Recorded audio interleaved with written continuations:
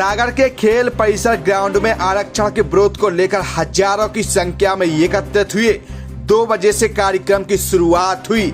सवर्णों ने एकत्रित होकर खेल परिसर के बाजू वाले मैदान में एक विशाल जनसभा का रूप ले लिया। शासन प्रशासन पूरी मुस्तैदी के साथ कार्यक्रम पर नजर रखे हुए था। चप्पे चप्पे पर पुलिस तैनात थी। पुलिस के साथ साथ प्रशासन के अन्य अधिकारी भी सभा स्थल पर कार्यक्रम खत्म होने तक मौजूद रहे। इस आरक्षण विरोधी सभा में सागर जिले के अलावा दमोह, टीकमगढ़ एवं सागर संभाग के साथ साथ प्रदेश से भी सवर्ण समाज के कई लोग सम्मिलित हुए। सभा को 1 दर्जन से अधिक लोगों ने संबोधित किया।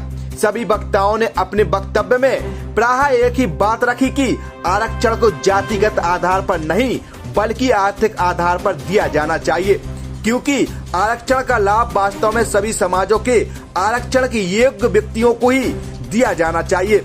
आरक्षण जिस परिवार को एक बार मिल चुका है उसका हमेशा लाभ नहीं मिलना चाहिए और संविधान अनुसार स्वतंत्रता और समानता आरक्षण में भी होना चाहिए। कार्यक्रम में प्रमुख रूप से पूर्व कलेक्टर श्री हीरालाल त्रिवेदी, राम अवतार पांडे, शिव शंकर मिश्रा, मनोज देवलिया, प्रफुल्ल दुबे, विद्याभूषण तिवारी, मधुर पुरोहित, प्रदीप दुबे, सतीश पाठक, दीपक दुबे, दिनकर तिवारी एवं शैलेंद्र श्रीवास्तव, आनंद सोलंकी के साथ साथ सभा स्थल पर हजारों की संख्या में सवर्ण समाज के लोगों ने मिलकर राष्ट्रपति के नाम ज्ञापन सौंपा। एक अच्छा सफल शांतिपूर्ण कार्यक्रम रहा, जिसका आभार शिवदयाल बड़ौनिया ने व्यक्त किया। ब्यूरो रिपोर्ट, रमा शंकर देवलिया, सागर। देना अलग बात है। एक बार उस माँ बाप से पूछो जिसने लाखों रुपए लगाकर अपने बालक और बेटी को पढ़ाया है और 90% लाकर भाई नौकरी नहीं पा रहा है, 40% बालक है नौकरी पा रहा है। बच्चों दो पूजा करो इनके नाम की, हवन करो, हम सनातनी हैं, हमने किया है, इसका प्रमाण देखा है। जिसके नाम की पूजा करते हैं भस्म हो जाता है सारा। किसी की औकात नहीं है बात करने की, जिसकी औकात हो चाहे जहां बुला ले। जी मनोज जी, ये आदरणीय किसी को नाम लेकर नहीं कह रहे हैं। जो देश के विरोधी है, जो देश में जातिवाद फैलाकर अंतर्कलह की स्थिति उत्पन्न कर रहे हैं, जी हम उनके विरोधी हैं। हम SC/ST एक्ट के विरोधी नहीं है, हम SC/ST एक्ट के विरोधी नहीं है, लेकिन उसके दुरुपयोग के विरोधी है। इज्जत सम्मान सबकी होती है। मुझसे तो कोई कहेगा काना मनोज इधर आना, मुझे भी बुरा लगेगा। हमारे ऊपर भी ऐसा कोई एक नियम कानून बना दो ना कि अगर तुमसे कोई कहे कारे मनोज तो उस पर भी FIR दर्ज हो। दूसरे ही वक्ता बैठे हुए, जिसका समय का ध्यान रखें। 5 मिनट का समय दिया गया था सभी के लिए। ये दुनिया गलत नहीं है, ये दुनिया गलत नहीं है, गलती आपकी है, क्योंकि आप सही की लड़ाई एकजुटता के साथ नहीं कर पा रहे हैं। हर हर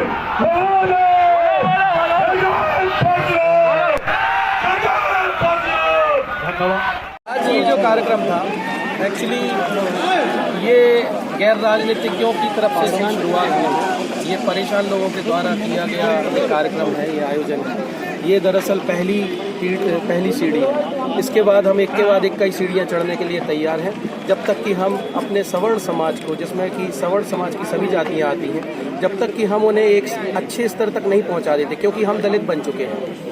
दलित शब्द का अर्थ ही किसी जाति से नहीं होता था पहले। जब बाबा साहब भीमराव अंबेडकर ने और हमारी संविधान समिति ने ये निर्धारित किया था कि आरक्षण दिया जाना चाहिए, तो उनका जो आधार था वो जातिगत था नहीं, वो पहले सामाजिक स्तर को ऊंचा उठाना था। और समाज में ये देखा गया कि यार इसको किस तरह से उठाया जाएगा। तब उनका ध्यान गया कि कुछ विशेष जातियों के साथ में ज्यादा अन्याय हो रहा है। मैं स्वीकार करता हूँ कि उस समय अन्याय होता था।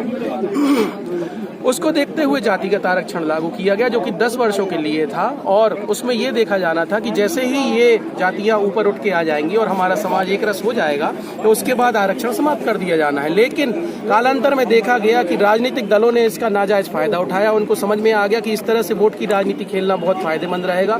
तो हर राजनीतिक दल ने वोट की राजनीति खेली है और वोट की राजनीति खेलते खेलते उन्होंने जातियों में वर्ग संघर्ष को बढ़ा दिया है। इस तरह से अगर ये लगातार जारी रहेगा तो एक समय ऐसा आएगा कि इस देश में वर्ग संघर्ष होगा, आपस में जातियां कबीलों की तरह लड़ने लगेंगी, जो कि शुरुआत हो भी चुकी है। आप देखते हैं कई जगह पर इस प्रकार की वैमनस्यता लोगों के बीच में डेवलप हो रही है। 10% जो EWS आरक्षण दिया हुआ है सरकार ने, उसके बारे में क्या बोलेंगे? 10% EWS एक प्रकार का लॉलीपॉप है। सरकार को जब समझ में आ गया कि आंदोलन हो रहे हैं, सरकार को परेशानियां बढ़ने लगी, तो इन्होंने एक लॉलीपॉप प्रस्तुत कर दिया कि लीजिए साहब 10% आपके लिए हम रख रहे हैं। वो 10% जो था वो अतिरिक्त नहीं है, वो 10% देकर के उन्होंने कई शर्तों उसमें ऐसी लागू कर दी जिससे कि लोग परेशान होते हैं। आज EWS बनवाने के लिए एक बेरोजगार बच्चा जो ऑलरेडी पहले से ही धन संपत्ति के मामले में पहले ही परेशान है, उसके पास गरीबी है, वो 10 जगह जाता है, चक्कर काटता है, उसको कई जगह रिश्वत देना पड़ती है, उसका जेब पहले ही खाली है, वो रिश्वत देता है, समय बर्बाद होता है, पता चला कई बार उसकी फॉर्म भरने की डेट भी निकल जाती है। इस प्रकार से वो वंचित ही रह जाता है। तो आपने वंचित वर्ग को उठाने का काम नहीं किया, उसे यहाँ वहाँ दौड़ाने का काम किया। आपने ये जो लड़ाई चालू की है, ये कब तक लड़ेंगे? ये लड़ाई देखिए ऐसा है, हमारा उद्देश्य सफल होना। हमने कोई समय सीमा बिल्कुल नहीं बांधी है। जब तक सरकारें अपनी वास्तविक गलती को नहीं समझती और न्याय और अन्याय में फर्क नहीं करती हैं, तब तक हम ये लड़ाई लड़ते रहेंगे। और ये तो शुरुआत है, एक दिखावा मात्र था छोटा सा। अभी ये हर जिले में होना है, गांव-गांव में, तहसील स्तर पे भी होना है। एक बात मैं आपको बिना पूछे बता रहा हूँ कि जैसे ही इस आंदोलन की खबर निकली और हम लोगों ने सोशल मीडिया पे और अन्य जगह प्रचार करना चालू किया,